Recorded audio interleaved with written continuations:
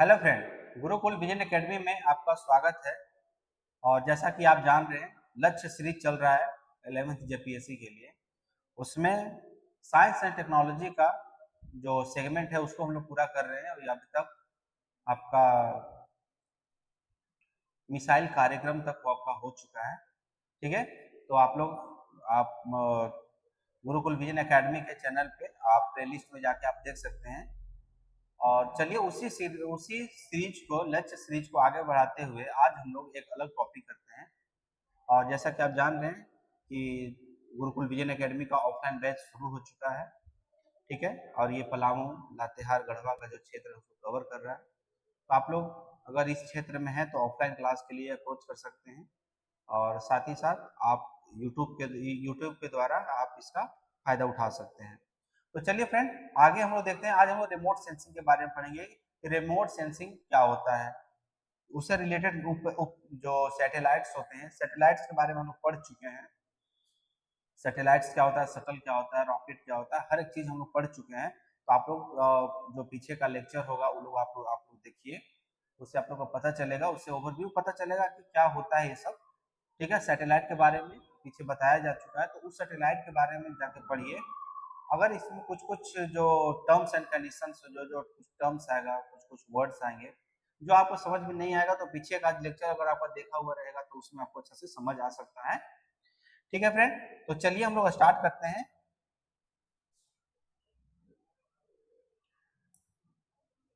देखिए फ्रेंड, इसमें आपका क्या है, सुदूर संवेदन तकनीक, रिमोट सेंसिंग टेक्निक के बारे में हम लोग पढ़ेंगे इसमें। और इसमें देखेंगे कि क्या क्या इसका उपयोग क्या होता है। एक छोटा टॉपिक है, ज्यादा बड़ा नहीं है। तो अगर जेपीएससी अगर इसमें क्वेश्चन भी पूछे तो हो सकता है कि शॉर्ट क्वेश्चन पूछे। और शॉर्ट क्वेश्चन अगर ना पूछ के लॉन्ग लॉन्ग क्वेश्चन भी अगर पूछता है तो इसमें ज्यादा खींचने तारने की जरूरत नहीं है। इसमें आप 300-350 वर्ड भी लिख देंगे तो आपका एनफ है, तो आपका 32 मार्क्स में आपको मिल जाएगा। ठीक है, तो चलिए हम लोग देखते हैं कि क्या होता है। तो देखिए ना, 20th सेंचुरी की बात कर रहा है कि जितना भी इन्वेंशन हुए, आविष्कार हुए हैं, उसमें रिमोट सेंसिंग जो टेक्निक है ना, उसको एक अच्छा स्थान दिया गया है, एक अच्छा प्लेस दिया गया है। अब इसमें दिया गया है कि क्या रिमोट सेंसिंग किस तरीके से काम करता है, रिमोट सेंसिंग का आज कितना उपयोगिता बढ़ बढ़ चुका है। तो इस सब के बारे में हम लोग देखते हैं। देखिए, जितना भी टेरेस्ट्रियल जो आपका रिसोर्सेस होते हैं, यानी कि पार्थिव संसाधन जो होते हैं, उसका समुचित दोहन, ठीक है, अब इनसे संबंधित आवश्यक सूचनाओं के संकलन है। तो इस तकनीक की खोज ने मानव सभ्यता के विकास को एक नई नवीन आयाम दिया है। क्योंकि देखिए, इसमें क्या होता है आपका कि जब आप किसी चीज के बारे में अवेयर होते हैं तो उस जो रिसोर्स रिसोर्स होता है उसका आप बेहतर यूटिलाइजेशन कर सकते हैं, बेहतर यूटिलाइजेशन कर सकते हैं। मतलब कहने का मतलब यह हुआ कि जो भी रिसोर्स है उसमें हम लोग वहां तक क्या होना चाहिए, वहां रिच होना चाहिए कि वहां तक हम लोग कैसे पहुंच सके। तो क्या आप मान के चलिए कि जो आपके आंख के सामने है, जिसको आप देख सकते हैं, वहां तक तो आप पहुंच सकते हैं। लेकिन लेट सपोज कीजिए कि समुद्र के नीचे में भी कुछ ऐसा मेटल है या ऐसा रिसोर्सेस है जहां तक आपका पहुंचना मुश्किल है। पृथ्वी के अंदर में क्या है, ठीक है, क्रस्ट है, तो क्रस्ट में क्या है, कहाँ पे आयरन है, कहाँ पे कोयला है, कहाँ पे सोना है, चांदी है, या कोई भी पेट्रोलियम प्रोडक्ट हो या कैसा भी रिसोर्सेस हो, वहां तक आप पृथ्वी के अंदर तो आप देख नहीं सकते हैं, पृथ्वी के अंदर झांक तो नहीं सकते हैं। और जब आप झांक नहीं सकते हैं तो आपको इसके बारे में पता नहीं चलेगा। ठीक है, लेकिन उसको पता करना, उस रिसोर्स को निकालना कैसे कर सकते हैं हम लोग, कहाँ से कर सकते हैं। तो देखिए, उसका उसी के यूज के लिए जो ना रिमोट सेंसिंग जो टेक्निक है वो आज कारगर साबित हो रहा है। कि जहां भी, जैसे सेल गैस, अमेरिका ने सबसे पहले सेल गैस खोजा, तो सेल गैस खोजा तो क्या, सेल गैस तो मान के चलिए कि जो अवसादी चट्टान होते हैं, ठीक है, जो आपका अवसादी चट्टान हो गया या कहीं भी वो उसका एक प्लेस है, तो उसको क्या हम लोग अपने से तो खोज नहीं सकते, सामने देख नहीं सकते हैं। तो आखिर खोजा ना, अमेरिका खोजा। तो उसी तरीका से बोल रहा है ये सुदूर संवेदन, ठीक है, रिमोट सेंसिंग, ठीक है, प्राकृतिक स्रोतों के सर्वेक्षण कि एक आधुनिक तकनीक है, ठीक है ना। जो सर्वे किया जाता है उसका एक आपका आधुनिक तकनीक है, जिसकी मदद से किसी वस्तु की बगैर उसके नजदीक पहुंचे संपूर्ण जानकारी प्राप्त की जा सकती है, संपूर्ण जानकारी प्राप्त की जा सकती है। ठीक है, मान के चलिए कि ये आपका अर्थ है, तो अर्थ के अंदर आपका कोई भी रिसोर्स है, तो आप सीधा नहीं देख सकते हैं, देखिए रिमोट सेंसिंग तकनीक के द्वारा यहाँ पे क्या चल रहा है उसको आप पता कर सकते हैं। यह एक ऐसी अनोखी तकनीक है जिसके माध्यम से पृथ्वी पर अथवा पृथ्वी के अंदर की वस्तुओं को दूर से ही, देखिए यहाँ पे क्या है, बिना स्पर्श किए ही प्रकीर्णन विधि यानी स्कैटरिंग मेथड से, स्कैटरिंग मेथड तो आप जान ही रहे होंगे, ठीक है। स्कैटरिंग मेथड जो लाइट जो स्कैटर होता है, मतलब एक माध्यम से दूसरे माध्यम में जाता है, किस तरीका से जाता है, ठीक है। तो स्कैटरिंग मेथड से विश्वसनीय और प्रामाणिक जानकारी उपलब्ध हो जाता है, ठीक है। ये आपका मॉडल क्वेश्चन आंसर के रूप में है फ्रेंड, ठीक है। अब हम लोग मोस्टली अब हम लोग क्वेश्चन आंसर फॉर्मेट में चलेंगे, यानी कि मॉडल आंसर करवाया जाएगा। मॉडल आंसर करवाने से आपको साथ साथ कंटेंट भी मिलेगा और उसी के साथ में आपको लिखना क्या है, मॉडल आंसर क्या है, उसके बारे में जानकारी प्राप्त हो जाएगी आपको, ठीक है। दूसरे शब्दों में कहा जा सकता है किसी वस्तु के भौतिक संपर्क यानी फिजिकल कांटेक्ट में आए बिना दूर से ही उसके बारे में सूचनाएं, ठीक है ना, आप गैदर कर सकते हैं, प्राप्त कर सकते हैं, ठीक है। तो वही आपका रिमोट सेंसिंग कहलाया, वही ये विधि जो आपकी हो गई, ये विधि जो आपको रिमोट सेंसिंग कहला गई, ठीक है। इसके अंदर आप क्या कर सकते हैं, वायुमंडल में, महासागर में भूपृष्ठ के गुणों का अध्ययन करने, वो स्थानिक सूचनाओं का संकलन करते हैं। तो बस यही है, इतना आपका डेफिनेशन हो गया कि अगर कुछ देर सुदूर संवेदन तकनीक क्या है, तो आप इतना आंसर आप उसमें लिख सकते हैं, ठीक है फ्रेंड। आगे देखिए, इसका जो थ्योरी है, जो रिलेटेड, जो आपका रिमोट सेंसिंग से रिलेटेड जो थ्योरीज हैं, उनके बारे में देखिए क्या है कि बस वही है, ठीक है। इसमें क्या होता है, किसी पिंड के मतलब किसी संवेदन तकनीक के तहत पिंड, पदार्थ अथवा क्षेत्र के विभिन्न ऊर्जा स्तरों को, एनर्जी लेवल का हम लोग पता लगाते हैं, ठीक है। उसमें चुंबकीय क्षेत्र जो आपका मैग्नेटिक फील्ड होता है की आधारभूत इकाई फोटोन के रूप में पाई जाती है, ठीक है। कोई भी पिंड है, कोई भी पदार्थ है या कोई भी रिसोर्सेस है, उसमें क्या होता है, इलेक्ट्रोमैग्नेटिक आपका फीचर, आपका उसका नेचर होता है। तो उसका जब नेचर होता है और वहां पे मूलभूत इकाई आपका फोटोन होता है, फोटोन होता है। अब उसी फोटोन को ऊर्जा का तरंग दैर्ध्य फ्रीक्वेंसी के साथ संबद्ध किया जाता है, ठीक है। चुंबकीय तरंगे इलेक्ट्रोमैग्नेटिक वेव्स को उच्च से निम्न ऊर्जा स्तरों में परिगम कर बहुवर्णीय विद्युत चुंबकीय प्रकार मल्टी कलर्ड इलेक्ट्रोमैग्नेटिक स्पेक्ट्रम का निर्माण करती है, ठीक है। इसको पढ़ देता हूं, इसके बाद आप लोग को बताते हैं कि इसमें क्या था। जब लक्षित पदार्थ आंतरिक अभिक्रियाओं में इंटरनल रिएक्शन अथवा विद्युत चुंबकीय विकिरणों द्वारा उत्तेजित होती है, जो विभिन्न तरंग दैर्ध्य वाले फोटोन की उत्पत्ति होती है, इसका विकिरणकरण का मात्रा तरंग दैर्ध्य के रूप में ही निर्धारित होती है। अब इसके फलस्वरूप क्या होता है, लक्षित पदार्थ का गहन अध्ययन संभव हो पाता है। सुदूर संवेदन तकनीक हेतु विद्युत चुंबकीय ऊर्जा की तरंग दर जो होता है वो 0.3 से 0.9 माइक्रोन यानी 1 माइक्रोन में आपका 10⁻⁻⁶ मीटर होता है। तो इस तरीके से विद्युत चुंबकीय तकनीक में प्रयोग किया जाता है।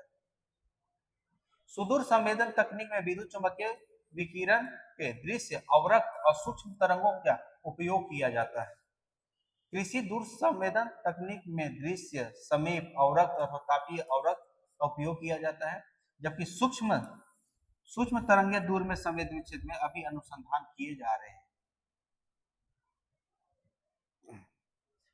फ्रेंड देखिए, इतना कुछ आप जो पढ़े ना, इसका इतना पढ़ने के पीछे बस एक ही आपका टेक्निक काम करेगा, और वो क्या है वो हम लोग देख लेते हैं, ठीक है।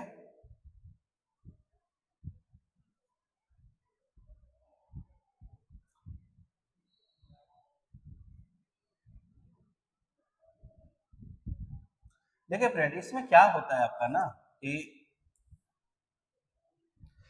जो सुदूर संवेदी, अब क्या होता है कि लेट सपोज कीजिए कि एक सैटेलाइट है यहाँ आपका, एक सैटेलाइट आपका चल रहा है, ठीक है। ये आपका सैटेलाइट है यहाँ पे,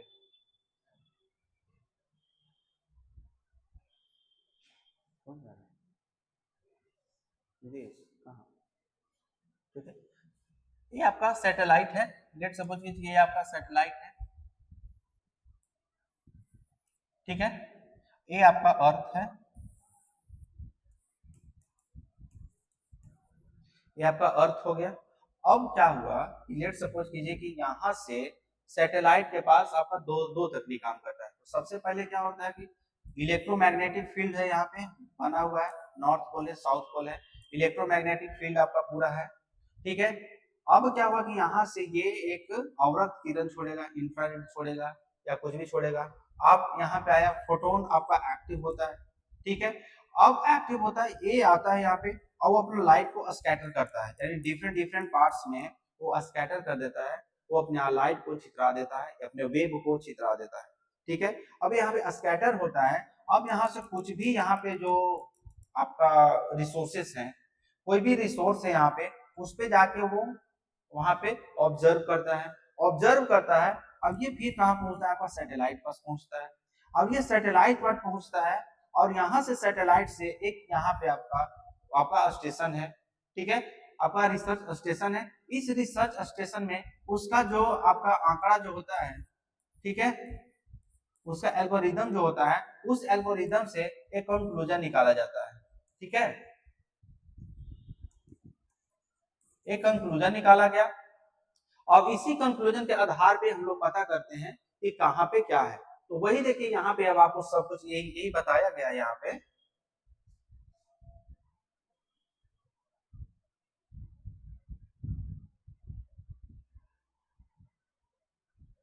ठीक है, यानी कि एक पिंड का आपका एनर्जी लेवल है, तो उसी पिंड का एनर्जी लेवल से आपका ये पता चलता है कि फोटोन में पाया जाता है, यानी आधारभूत जो होता है वो तो फोटोन ही होता है ना, इलेक्ट्रॉन, प्रोटॉन, न्यूट्रॉन ये सब होता है। तो फोटोन उसी तरीके से अपना एक फोटोन ऊर्जा के तरंगदैर्घ्य यानी फ्रीक्वेंसी को संबद्ध करता है और वहां से इलेक्ट्रोमैग्नेटिक आपका वेव उच्च गति में संतरतों में परिगमन करता है। इलेक्ट्रोमैग्नेटिक जो वेव होता है उसको छोड़ता है, वहां से पता चल जाता है कि मल्टी कलर इलेक्ट्रोमैग्नेटिक स्पेक्ट्रम का निर्माण हो जाता है। निर्माण होने के बाद आपका इंटरनल रिएक्शन होता है, इंटरनल रिएक्शन होता है और वही फोटोन जब वहां से रिफ्लेक्ट करता है, वहीं पे आपका पता चल जाता है कि यहाँ पे क्या है, ठीक है। बस इसका इसका मतलब बस इतना ही था। ये आगे देखेंगे हम लोग कि क्या होता है, कैसे होता है।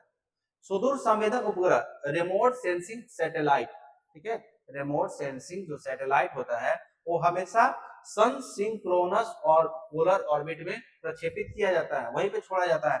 अब आप लोग पूछेंगे सन सिंक्रोनस पोलर ऑर्बिट क्या होता है, ठीक है, इसीलिए बोल रहा था कि जो पिछला जो लेक्चर हो चुका है आपका आपका स्पेस टेक्नोलॉजी हुआ है, वहां पे सब बताया गया है, ठीक है। पोलर ऑर्बिट क्या होता है, पोलर सन सिंक्रोनस ऑर्बिट क्या होता है, ये सब। इसका मतलब देखिए जो भी उपग्रह होता है, ये पृथ्वी है, यानी कि यहाँ पे ये नॉर्थ पोल है, यहाँ पे ये साउथ पोल है, साउथ पोल है, तो एक जो उपग्रह होता है वो उसको पोलर ऑर्बिट बोलते हैं, ये पोलर में चल रहा है। लेकिन एक दूसरा जो उपग्रह होता है ना वो इस रूप में चलता है, ठीक है, पोलर। तब इसी को हम लोग बोलते हैं पोलर सन सिंक्रोनस बॉडी बोलते हैं, यानी सूर्य तुलिक, सूर्यकालिक, यानी सूर्य के जस्ट सूर्य को ये टारगेट कर देता है, क्योंकि यहाँ पे जब देखेंगे आप यहाँ पे सूर्य है, तो यहाँ से पहुंचते थे यहाँ से यहाँ 6 महीना हमेशा क्या होता है, या तो दिन होता है या रात होता है, यानी कि वहां पे रोशनी नहीं पहुंच पाता है। उसी तरीके से ये है, ठीक है। तो इसको इस तरीके से 98.6 डिग्री पे इंक्लाइन करके इसको इंस्टॉल किया जाता है कि ये सूर्य के तुल्यकालिक, यानी सूर्य हमेशा बढ़ता रहे। और उसी तरीके से मान के चलिए कि ये यहाँ से ऐसे चल रहा है और दूसरा उपग्रह देखिए यहाँ पे काम कर रहा है, तीसरा आपको ऐसे काम कर रहा है, चौथा ऐसे काम कर रहा है। इस तरीके से उपग्रह को इंस्टॉल किया जाता है कि हर एंगल से आपको इमेजेस, हर एंगल से निगरानी हो सके, ठीक है। तो वही सन, तो जो रिमोट सेंसिंग सैटेलाइट्स जो होते हैं वो हमेशा सन सिंक्रोनस पोलर ऑर्बिट में उसको इंस्टॉल किया जाता है। उपग्रह निकट, ठीक है ना, उपग्रह का निकट द्वितीय ध्रुवीय कक्षा में उत्तर से दक्षिण की ओर चलते हुए निश्चित ऊंचाई 500 से 1000 किलोमीटर के बीच अपना कार्य करते हैं। ठीक है ना। तो देख रहे हैं कैसे चल रहा है, ये नॉर्थ पोल से साउथ पोल की तरह हमेशा ये आपका राउंड करता है। इसे ध्रुवीय इसलिए कहा जाता है क्योंकि यह पृथ्वी के दोनों ध्रुवों से होकर गुजरती है, ठीक है ना। ये दोनों ध्रुव पृथ्वी के दोनों ध्रुवों से होकर गुजरती है, इसीलिए इसको बोला जाता है। उसी तरीके से सुदूर संवेदन तकनीक का विकास यानी कि डेवलपमेंट कब हुआ, कैसे हुआ, कब से हुआ, डेवलपमेंट क्या हुआ, उसके बारे में देखते हैं कि इस तकनीक का प्रादुर्भाव जो था 1946 में हुआ, ठीक है। और माना जाता है कि अमेरिका के वाइकिंग सेकेंड नामक रॉकेट के साथ किया गया था ये वाइकिंग। और सबसे पहले रिमोट सेंसिंग का डेवलपमेंट कहां पे होता है, अमेरिका में होता है, अमेरिका में होता है। यद्यपि यह जो रॉकेट जो होता था ना, वो कक्षा की परिक्रमा करने वाली श्रेणी का नहीं था, यानी कि जो भी था ये ऑर्बिट का एक ऑर्बिट के इर्द गिर्द ये रिवॉल्व नहीं कर रहा था, ठीक है, नहीं था। परंतु यान के वायुमंडल प्रवेश करने के बाद चलित जो मोबाइल कैमरा जो था ना, उससे कितना चित्र प्राप्त हुआ। मतलब कहने का मतलब है कि ये रिमोट सेंसिंग टेक्निक नहीं था, यानी कि इंस्टॉल कर देता तो रिमोट सेंसिंग आपका सैटेलाइट बन जाता है, लेकिन सैटेलाइट में नहीं बना, ये वहां तक पहुंचा। और जब वहां तक पहुंचा तो उसी से क्या होता है, पिक्चर, वहां से कुछ पिक्चर मिलता है उसको, पृथ्वी का, समुद्र का, या जो भी पिक्चर मिला हो वो पिक्चर मिलता है। अब उसी से पता चला कि रिमोट सेंसिंग जो टेक्निक है वो कारगर हो रहा है। यहां तक समझ में आया होगा। अमेरिका के द्वारा अब क्या किया गया, 1960 में ट्रायोस 1 नामक सफल प्रक्षेपण संभव हो सका। तो सबसे पहला रिमोट सेंसिंग टेक्निक कौन सा आपका, ट्रायोस 1 है, ट्रायोस 1। मौसम अध्ययन हेतु उपग्रहों का प्रक्षेपण 1970 के दशक में प्रारंभ होता है, ठीक है। यानी कि मौसम से रिलेटेड जो भी आपका अध्ययन होता है, वेदर से रिलेटेड कुछ भी आपका स्टडी हो पाया वो 1970 के बाद हो पाया, ठीक है, उसी समय बाद हुआ। उसी तरीका से अर्थ का जो अब ऑब्जर्वेशन हुआ, ठीक है, भूमि का अवलोकन जो हुआ, इस तरह उपग्रह पहली बार अमेरिका की संस्था आपका नासा का नाम आप लोग जानते होंगे, 72 में प्रक्षेपित किया गया, जिसका नाम इरोज था। आजकल जब आप मूवी वगैरह देखते होंगे तो वहां पे इरोज लिखाता है, तो पृथ्वी का जो फिगर होता है वो उसे रिवॉल्व करते रहता है और इरोज लिखाता है, तो वही वाला इरोज था, ठीक है ना। तो अर्थ रिसोर्स ऑब्जर्वेशन सैटेलाइट था, अर्थ रिसोर्स ऑब्जर्वेशन सैटेलाइट, यानी कि सबसे पहले रिमोट सेंसिंग टेक्निक कहां से विकसित हुआ, अमेरिका से होता है, ठीक है। बाद में इसका नाम बदल के लैंडसैट कर दिया गया, इरोज का नाम बदल के क्या कर दिया गया, लैंडसैट कर दिया गया।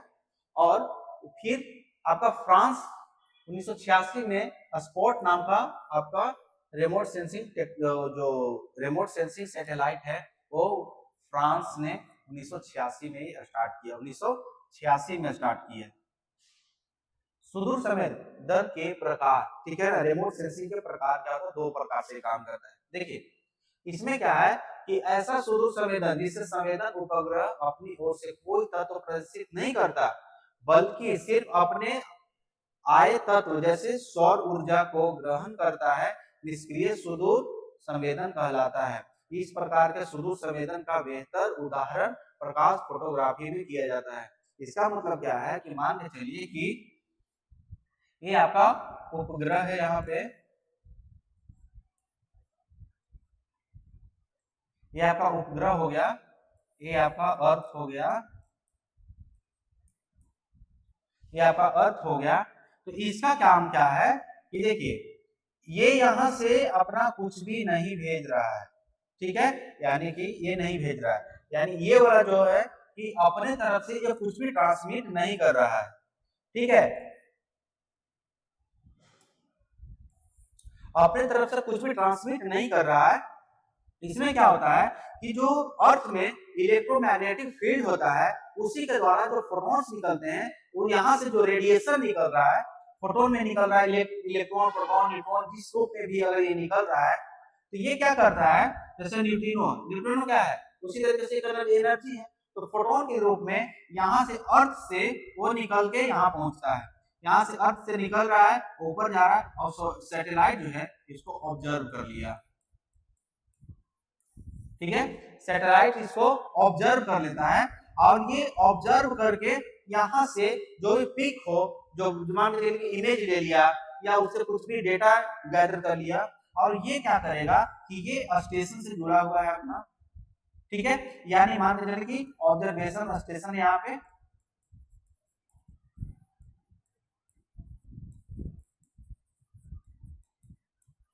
ऑब्जर्वेशन स्टेशन यहाँ पे है।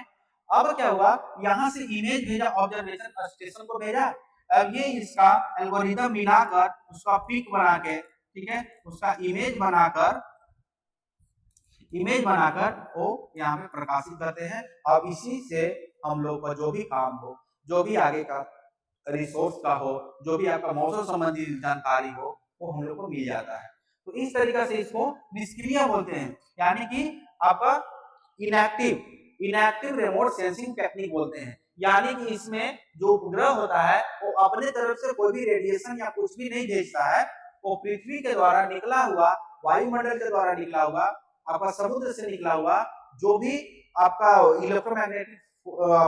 इलेक्ट्रोमैग्नेटिक वेव्स हैं, फोटॉन्स हैं, इन सब को ऑब्जर्व करके और ये क्या करता है, पिक बनाता है, उसका डेटा को एकत्रित करता है, उस डेटा को कलेक्ट करता है। तो ये आपका होता है निष्क्रिय सुदूर हो जाता है। वहीं सक्रिय सुदूर में जब आप चले जाएंगे तो इसका देखिए, इसमें क्या होता है कि ये उपग्रह है, ये आपका सैटेलाइट है, ये आपका अर्थ है, ठीक है, ये आपका अर्थ है। तो अब ये क्या कर रहा है कि ये यहां से ये अपना वेव भेज रहा है, ठीक है, यहां से वेव भेजा, यहां से अपना वो इलेक्ट्रोमैग्नेटिक फील्ड बोलिए या इलेक्ट्रोमैग्नेटिक वेव भेजता है, फोटॉन भेजता है या किसी रूप में यहां से कुछ न कुछ ये ट्रांसमिट करता है यहाँ पे। अब ये ट्रांसमिट करता है और ये आके पृथ्वी पे यहाँ पे कुछ भी होता है उसका ऑब्जर्वेशन करता है, डिफरेंट उसका जो फोटॉन्स होते हैं, जो भी उसका एनर्जी होता है वो स्कैटर करता है, स्कैटर करके वो धरती के अंदर में क्या है, जल में क्या है या पृथ्वी पे क्या है, उस चीज का ये यहाँ पे छोड़ा, ट्रांसमिट किया, यहाँ से शॉर्ट वेवलेंथ में आया, यहाँ से लॉन्ग वेवलेंथ में पहुंचा फिर से, ठीक है। यानी यहाँ से वो एक लाइट इमेज, यानी मान के चलिए एग्जांपल ले लेते हैं कि इंफ्रारेड आपका इंफ्रारेड भेजता है, आपका लाइट भेजता है, इंफ्रारेड भेजा यहाँ पे, यहाँ से उसका इमेज लिया और ये पहुंचा दिया उपग्रह के पास। और उपग्रह क्या करेगा कि फिर इसको ऑब्जर्वेशन स्टेशन में भेजा, ऑब्जर्वेशन स्टेशन में आपका उस पिक को लेता है या उसी तरीके से आपका एल्गोरिथम उस पर काम करके उसका पिक लेता है, उसका इमेज बनाता है, या फिर उसी तरीके से एल्गोरिथम सेट करता है कि हाँ अभी का मौसम क्या है, आने वाले समय में मौसम क्या होने वाला है, क्या होता है, और ये फिर अपना जहाँ पे इसको भेजना है वहां पे अपनी ये भेजेगा। तो ये होता है आपका एक्टिव रिमोट सेंसिंग और इनएक्टिव रिमोट सेंसिंग, यही होता है। शायद आप लोगों को समझ में आया होगा। तो यही होता है। मान के चलिए कि अभी जो चंद्रमा से कुछ पीक आते हैं या इमेजेस आते हैं, या अभी मंगलयान हो गया था, हम लोग का मंगलयान जो सक्सेस किया, तो चंद्रयान अभी जो सक्सेस किया, मंगलयान तो 2013 में सक्सेस, लेकिन जो अभी 2023 में आपका चंद्रयान 3 जो गया, वहां से कुछ वो पिक भेज रहा है जिससे हम लोग उसका ऑब्जर्वेशन लगा सकते हैं यहाँ पे क्या है। तो वही होता है, सैटेलाइट में वही एक कैमरा होता है, तो उसी को हम लोग रिमोट सेंसिंग टेक्निक बोलते हैं। भारत में देखिए, भारत में रिमोट सेंसिंग कब से काम करना शुरू किया? भारत में सबसे पहले कौन काम किया? अमेरिका किया, उसके बाद फ्रांस काम हो, देखिए, ठीक है। तो उस तरीके से भारत में कब से शुरू हुआ? तो देखिए भारत में सबसे पहले ना 1981 में अपना जो रिमोट सेंसिंग टेक्निक भास्कर 1 का 1979 में और भास्कर 2 का नवंबर 1981 में ये आपका प्रक्षेपित किया, उसको लॉन्च किया उस तरीके से, ठीक है। यानी भारत में कब से स्टार्ट हुआ? 1979 से, भास्कर 1 के अनुसार, भास्कर 1 से। अब क्या है, ये तो भास्कर 1 किया, लेकिन सबसे पहले सटीक जानकारी कब से मिलना शुरू हुआ? IRS सिस्टम जब स्टार्ट हुआ, ठीक है, IRS Indian remote sensing system जब स्टार्ट होता है, तब यहां से देखा जाता है कि हमारा रिमोट सेंसिंग टेक्निक कितना कारगर हुआ और 1988 से ये स्टार्ट होता है। जो IRS श्रृंखला है, IRS सिस्टम है, वो 1988 से स्टार्ट होता है। और देखिए क्या करता है, 17 मार्च 1988 को ही आपका 975 किलोग्राम भार वाले उपग्रह IRS-1A का सफल प्रक्षेपण किया जाता है। ठीक है, IRS-1A का। उसी तरीका से सुदूर संवेदी का विकास करने वाला भारत विश्व का 5वां देश बन जाता है। ठीक है, भारत विश्व का 5वां देश बन जाता है। फिर IRS-1A उपग्रह रेखीय चित्रण स्वलोकन संवेदी कैमरा, लीनियर इमेजिंग सेल, ठीक है ना, लीस सेंसर उसमें लगा हुआ था, लीनियर इमेजिंग सेंस जो हो गया आपका। ठीक है, इसकी तुलना अमेरिका के लैंडसैट नामक उपग्रह से किया जाता है। फिर दूसरा उपग्रह IRS-1B आता है, 1991 में छोड़ा जाता है। ठीक है, 1993 में IRS-1E आता है। इसके बाद में 1995 में IRS-1C आता है। ठीक है, सुदूर संवेदी जो रिमोट सेंसिंग टेक्निक भारत में किस तरीके से काम होता है, देखिए संवेदी उपग्रहों के निर्माण के संचालन, नियंत्रण और अनुप्रयोग को सक्षम बनाने हेतु सहयोगी संस्था का सदस्य बन गया। ठीक है ना, इससे सफल परीक्षण से, ठीक है, मतलब विश्व में 5वां स्थान प्राप्त कर लेना भारत जैसे देश के लिए, आप समझ रहे होंगे कि क्या मतलब कितना बड़ा अचीवमेंट है हमारा। ठीक है, जैसे आपका देखिए अमेरिका सहयोगी संस्था कौन कौन था, अमेरिका, रूस, चीन, रूस, फ्रांस, कनाडा और यूरोपीय एजेंसी। ठीक है, 1 2 3 4 5 6 और आपका भारत जो था वो 5वां देश बना था। जिस समय ये बना था उस समय 5वां देश बन गया था। ठीक है, तो इस संस्था का अन्य सदस्य आपका हो गया, एक सदस्य देश बना और उसी में आपका भारत भी उसका संस्था का सदस्य है। IRS-P3 के प्रक्षेपण से महत्वपूर्ण सफलता हासिल किया। ठीक है, इसमें क्या था, बृहद क्षेत्र संवेदन वाइड फील्ड सेंसर लगा हुआ था इसमें सूचना प्राप्त करना प्रभावशाली बना दिया। वाइड फील्ड सेंसर, मान के चलिए कि सेंसर ऐसा लगा हुआ है कि आपका इतना एरिया कवर कर रहा है, लेकिन वाइड फील्ड सेंसर है कि आपका एक बहुत बड़ा एरिया कवर कर रहा है। ठीक है, एक बहुत बड़ा एरिया कवर कर रहा है, तो इस तरीके से इस तरीके से सब कैमरा का कमाल होता है। उसी तरह IRS-1D कब निकला, 1977 में बना। ठीक है, इसका उपयोग किसमें, तो वनों का उपयोग, वन का जो आपका वन रिपोर्ट आता है, ठीक है ना, उसी पे काम किया। बंजर भूमि का नक्शा तैयार करने में काम किया। वनों का डेंसिटी, वनों का गहनता जो भी होता है उसको नापने में ये काम किया। नगर नियोजन में इसका काम हो रहा है, कौन सा नगर में क्या होना चाहिए, कैसे होना चाहिए, क्या ट्रैफिक का रूल होना चाहिए। आज देखिए आपका स्मार्ट सिटी प्रोजेक्ट लाया जा रहा है, तो स्मार्ट सिटी प्रोजेक्ट जो है वो इन सब टेक्निक के द्वारा उस सिटी का मुआयना किया जाता है, उसका सर्वे किया जाता है और उसी सिटी में सर्वे करके और जो कमियां हैं उस कमियों को दूर किया जाता है। उसी तरह उपग्रह को ना देखिए कितना 5.8 मीटर चौड़े वाले प्राप्त होते हैं। इसका उपग्रह द्वारा इतना चित्र, यानी कि लगभग 6 मीटर का चित्र आपको प्राप्त हो जाता है।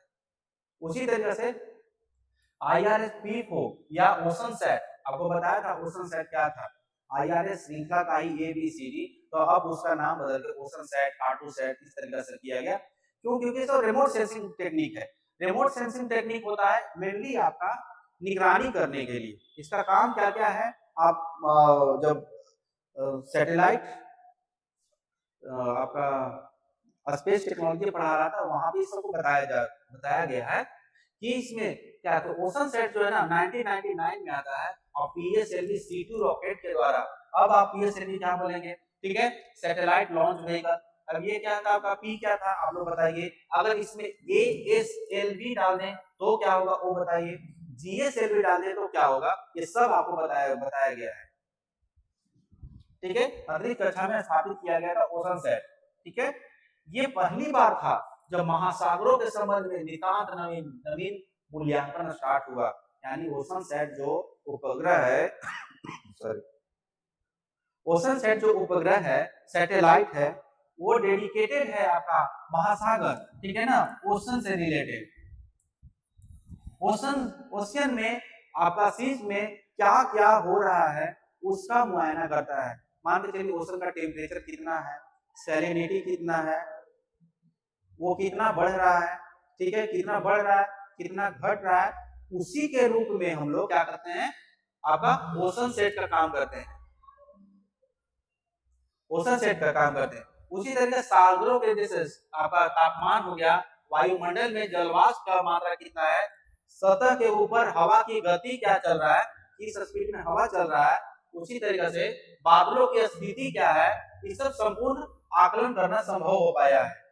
भारत का यह रेडियोमीटर जो है ना, भारत का यह रेडियोमीटर इस दृष्टि से भी विलक्षण माना गया कि विश्व में असैनिक क्षेत्र में माइक्रोवेव आधारित न कोई रेडियोमीटर किसी अन्य उपग्रह नहीं लगा हुआ, खासकर 6.6 गीगाहर्ट्ज आवृत्ति का है ये, ठीक है ना। इस तरीके से रेडियोमीटर लगा गया है कि जो ये जो माइक्रोवेव का यूज किया जा रहा है वो हमेशा सैनिक गतिविधियों में किया जाता है, लेकिन यहाँ पे भारत का है जो असैनिक गतिविधियों में भी इसका लगाया जा रहा है।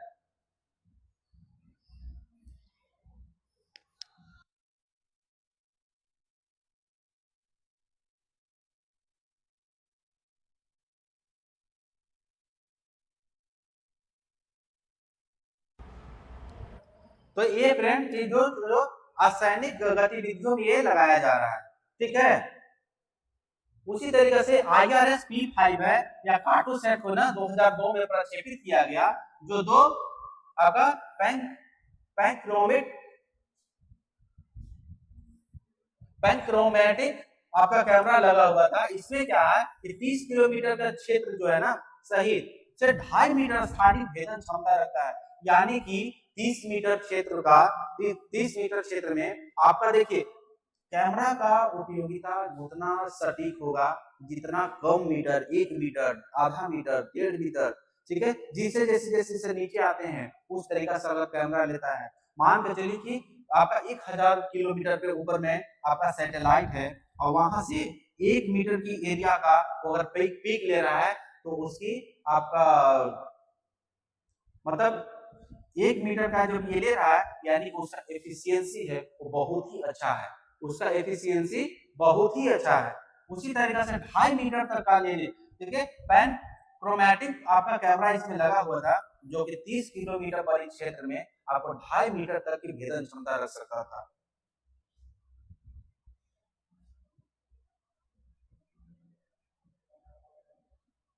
ठीक है, आपका अंकीय क्षेत्रीय मॉडल, डिजिटल रीजनल मॉडल के निर्माण हेतु इस उपग्रह में विन्यास चित्रण, ठीक है, विन्यास चित्रण तकनीक, स्टीरियो इमेजिंग टेक्निक प्रयोग किया गया है, ठीक है ना, स्टीरियो इमेजिंग टेक्निक का उपयोग किया गया है।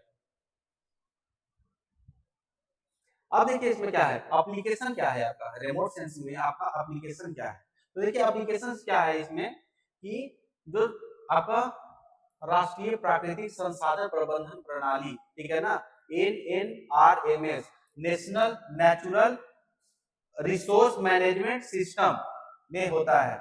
इसका उपयोग कहाँ होता है कि देखिए कृषि योजना निर्माण में, बंजर भूमि के प्रबंधन में, यानी कि कृषि में किस तरीके से गतिविधि चल रहा है, कब सूखा पड़ेगा, कब बाढ़ आएगा, कहाँ का मॉइस्चर सही है, कहाँ पे सूखा पड़ा, कहाँ पे अकाल पड़ा, इन सब के बारे में ये कहाँ से उपग्रह से सैटेलाइट से हम लोग को पता चलते रहता है। उसी तरीके से बंजर भूमि का प्रबंधन किस तरीके से हो रहा है, ठीक है ना, बंजर भूमि का प्रबंधन कैसे हो रहा है, वहां पे बंजर भूमि है तो उसका प्रबंधन हम लोग कैसे कर सकते हैं, वहां बंजर भूमि है तो वहां का टेम्परेचर क्या है, उस टेम्परेचर को कम करना है तो किस तरीके से पेड़ पौधा लगा सकते हैं। जैसे आज जब देखेंगे कि राजस्थान वाला क्षेत्र में हमेशा बंजर, वो तो बंजर है, लेकिन जहाँ पे इंदिरा गांधी नहर है वहां पे देखेंगे उस एरिया में अब हरियाली है, ठीक है ना। तो इस तरीके से उस तरीके से डेवलप किया गया, उससे क्या होता है कि सैटेलाइट से पीक लिए, सैटेलाइट के सहारा लिए अब उस तरीका से आपका बंजर भूमि का प्रबंधन होना शुरू होगा।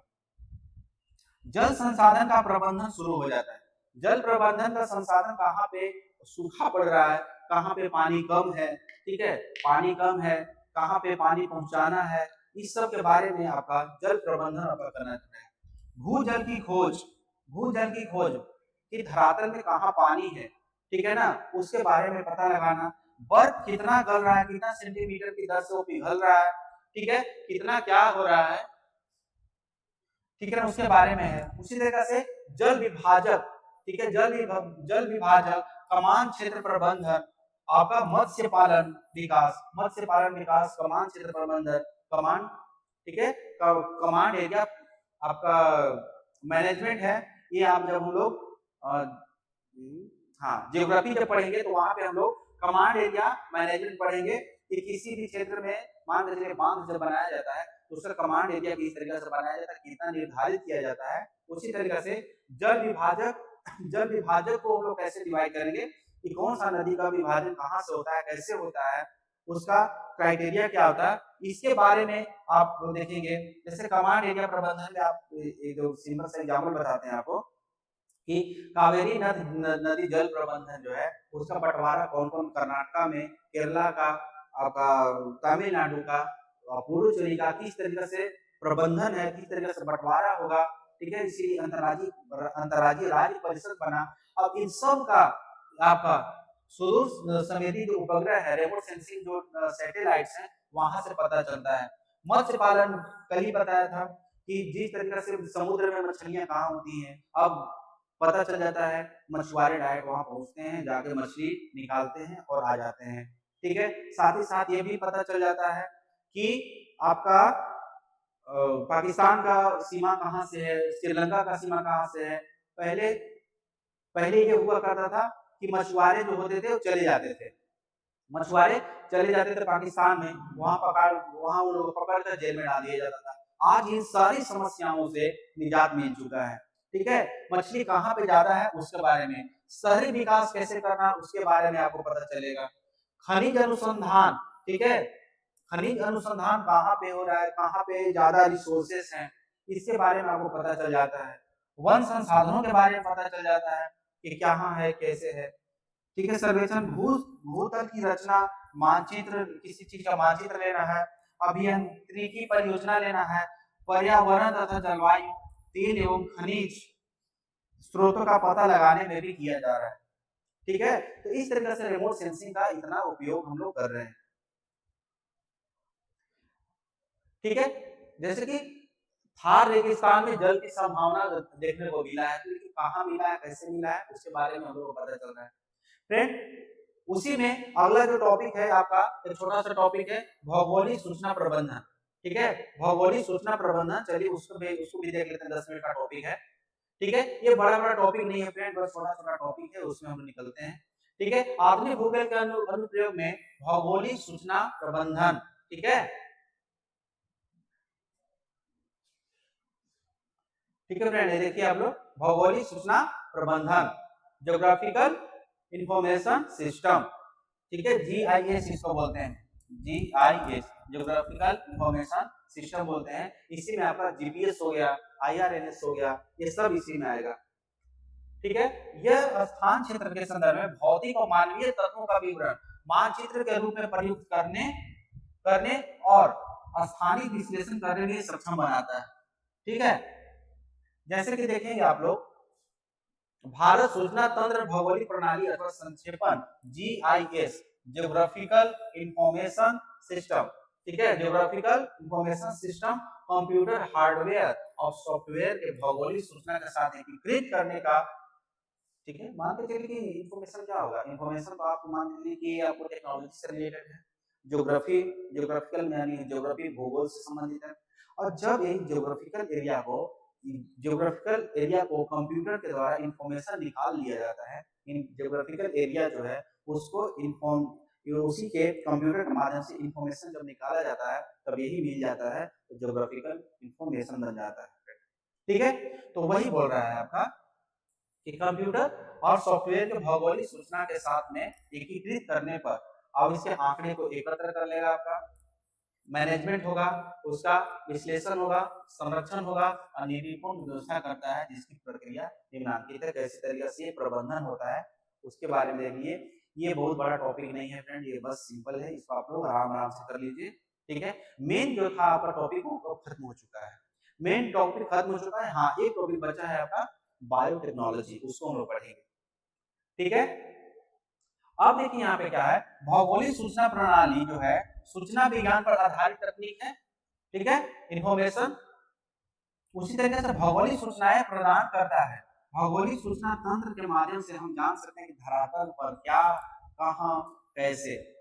ठीक है, आपका क्या, कहां और कैसे है। उसी तरीके से भूगोल भौगोलिक सूचना तंत्र पृथ्वी पर या भूतल के संदर्भ में सूचना प्राप्त करने की तकनीक है, जिससे स्थानिक सूचना या स्पेशल इंफॉर्मेशन प्राप्त किया जाता है। ठीक है, भौगोलिक सूचना या स्पेशल इंफॉर्मेशन प्राप्त किया जाता है। यह धरातल या पृथ्वी तल, ठीक है, यह धरातल या पृथ्वी तल की विविध विशेषताओं का ज्ञान प्रदान करता है। अर्थात भौगोलिक सूचना तंत्र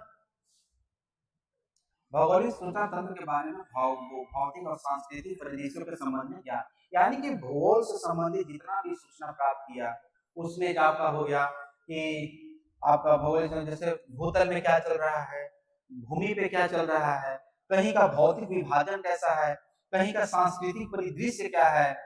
ठीक है, सांस्कृतिक परिदृश्य क्या है, या कहीं का सीनरी कैसा है, किस तरीके से भौगोलिक परिदृश्य, मान के चलिए ऊटी का हो गया, शिवालिक का हो गया, मसूरी का हो गया, इन सब के बारे में बताता है। तो ये सब आपका भौगोलिक सूचना तंत्र के माध्यम से ही होता है। उसी तरीके से देखिए भौतिक और सांस्कृतिक प्रतिरूपों का फिजिकल एंड कल्चरल आपका सूचनाएं प्राप्त करता है। इसके माध्यम से भौगोलिक संदर्भ में परिस्थितियों और स्थानीय संदर्भ में सूचनाएं प्राप्त होती हैं। भौगोलिक निर्देशांक प्रणाली में मुख्यतः 3 तरीकों से देखा जाता है, 3 तरीके से। तो सबसे पहले देखिए क्या होता है, किसी भी चीज का डेटाबेस लेते हैं। मान के चलिए कि आप भी हो, कंप्यूटर में जब आप टाइप करते हैं, टाइपिंग किए तो कुछ ना कुछ उसको डेटा दिए, और उसको डेटा दिए तब वो क्या हुआ, इनपुट हुआ, इनपुट होगा और सीपीयू में जाएगा, सीपीयू में जाकर वो प्रोसेसिंग करेगा, यानी कि वो मानचित्रण करेगा।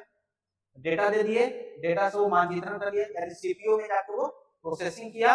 अब प्रोसेसिंग करने के बाद वो आपको आउटपुट देगा, रिजल्ट देगा। ठीक है, तो बस वही काम यहाँ पे चल रहा है कि डेटाबेस, संसार के अनन्य तरीके से डेटाबेस प्राप्त होता है।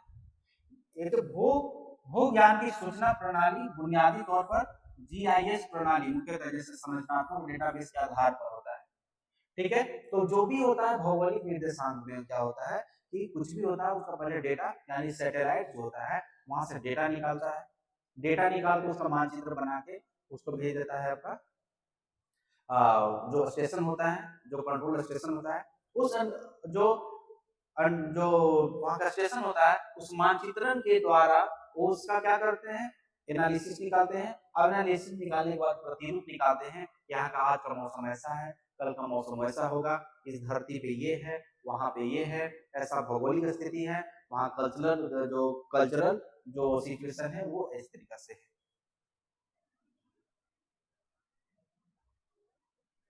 उसी तरीके से प्रौद्योगिकी का प्रयोग कैसे किया जाता है, इसमें प्रौद्योगिकी का प्रयोग कैसे किया जाता है, देखिए रिसोर्स मैनेजमेंट में, संपत्ति प्रबंधन में किया जाता है, पुरातात्विक कार्य में किया जाता है, ठीक है, शहरीकरण में किया जाता है, आपराधिक विज्ञान में किया जाता है। उसका प्रयोग इस तरीके से हम लोग करेंगे, ये सब आपको दिया हुआ है। ठीक है, कब किया गया, सबसे पहले देखिए 1962 के कनाडा के ओंटारियो में प्रथम भौगोलिक निर्देशांक प्रणाली बनाई गई थी, जिसे भारत में जनसंख्या स्थिरता कोष इस कार्य को कर रहा है। जैसे मानचित्रों और जनसंख्या आंकड़ों का अद्वितीय एकीकरण समस्त भारत में, ठीक है ना, 485 जिलों में मानचित्र तैयार किया जा चुका है। प्रत्येक जिले के उस विभागित गांव की जनसंख्या और स्वास्थ्य के बारे में पता चलता है, उसके बारे में ये पता लग रहा है। ठीक है, प्रत्येक गांव तक उसकी सुविधा पहुंचाया गया है, विषमता। अब आप सिंपल सा मोबाइल में आप देखिए, मोबाइल में आप ज्योग्राफिकल, जो उसमें ज्योग्राफी एक होता है, पॉलिटिकल होता है, एक ज्योग्राफिकल होता है। अब उस ज्योग्राफिकल में जब आप जूम करके देखेंगे तो जूम करने के बाद आपको गांव गांव शहर शहर के बारे में पता चल जाएगा। ठीक है फ्रेंड, जैसे कि आपको दिखाता हूँ,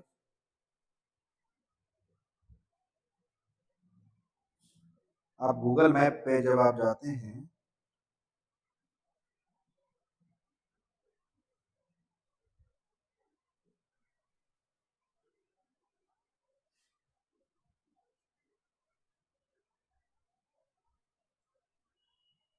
जैसे देखिए ये आपका है ना, देखिए यहाँ पे ये जो गूगल मैप में ये जो रहता है उसके बारे में देखते हैं। अब देखिए सैटेलाइट, एक यहाँ पे देखिए, यहाँ पे लिखा हुआ है, देखिए यहाँ पे सैटेलाइट लिखा है, इस पर हम लोग क्लिक करते हैं तो देखिए क्लिक कर दिए ना,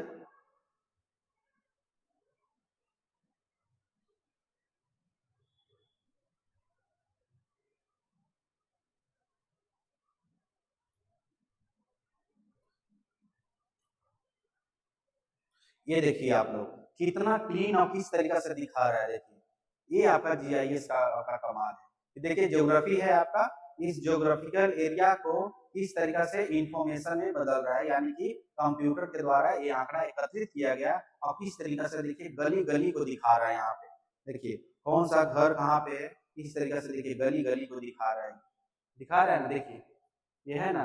तो बस फ्रेंड यही है आपका जीआईएस, यही आपका जीआईएस है।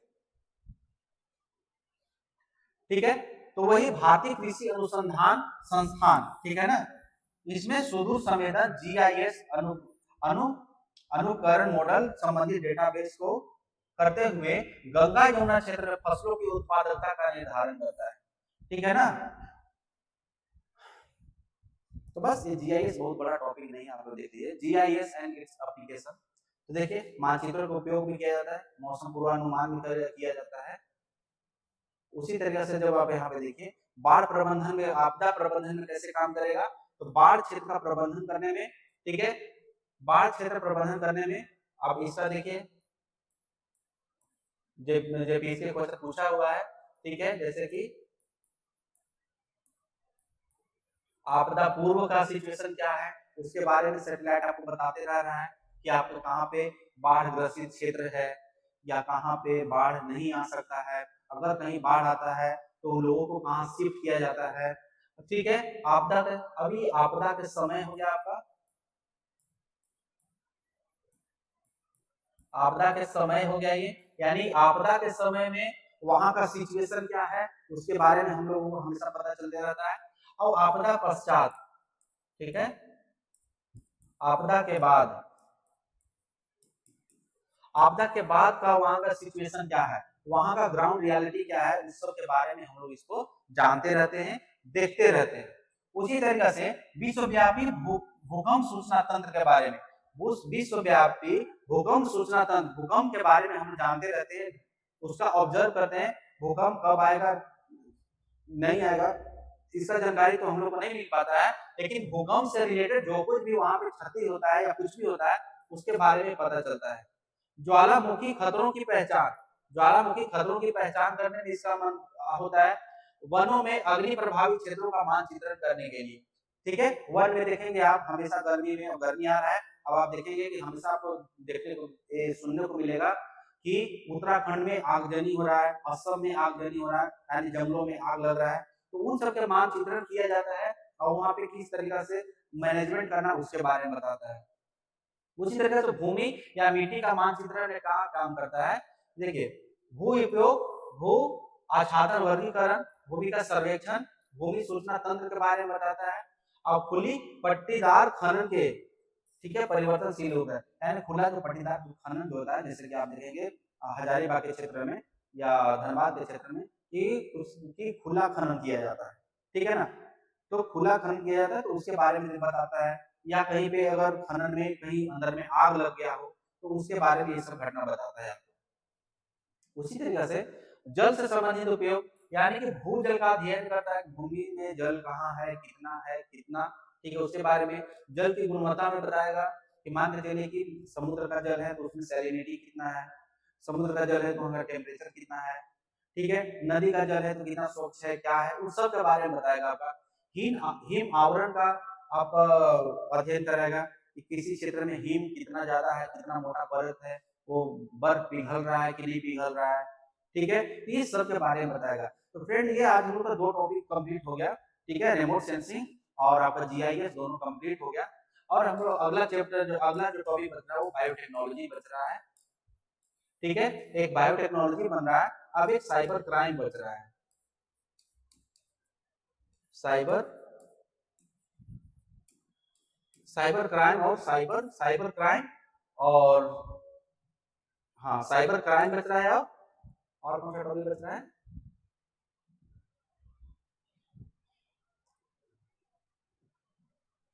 हाँ साइबर क्राइम बच रहा है और साइबर पॉलिसी बच रहा है, नीति बच रहा है, ठीक है। तो इस तरीके से बस 2 टॉपिक हम लोग का बच रहा है इसमें। अभी इस 2 टॉपिक को हम लोग कर लेंगे तो साइंस एंड टेक्नोलॉजी पूरा खत्म हो जाएगा। और जेपीएससी में साइंस टेक्नोलॉजी का कितना इंपॉर्टेंस है आप जान ही रहे हैं। तो ये बहुत अच्छा मार्क्स गेनिंग सब्जेक्ट है, तो आप इस पर काम कीजिए जहाँ तक हो सके। और जो भी अगर दिक्कत हो तो आप क्वेश्चन आंसर लिख कर भेजिए, उसको चेक किया जाएगा आपको। और साथ में जो भी आपको मटेरियल चाहिए वो आप गुरुकुल वीएन एकेडमी का जो नंबर है उस पर कॉन्टेक्ट करके आप ले सकते हैं। तो चलिए फ्रेंड, यहाँ तक हम लोग देख लिए। अब हम लोग आगे देखते हैं कि अगला अगला जो लेक्चर होगा आपका वो आपका बायोटेक्नोलॉजी का साइंस टेक्नोलॉजी में होगा, हो सकता है। और इसी तरीके से करके हम लोग हिस्ट्री का पॉलिटी का भी 3-4 क्वेश्चन हो चुका है, तो आप लोग देखिए उसको। और चलिए अपना तैयारी को बूस्ट कीजिए। All the best.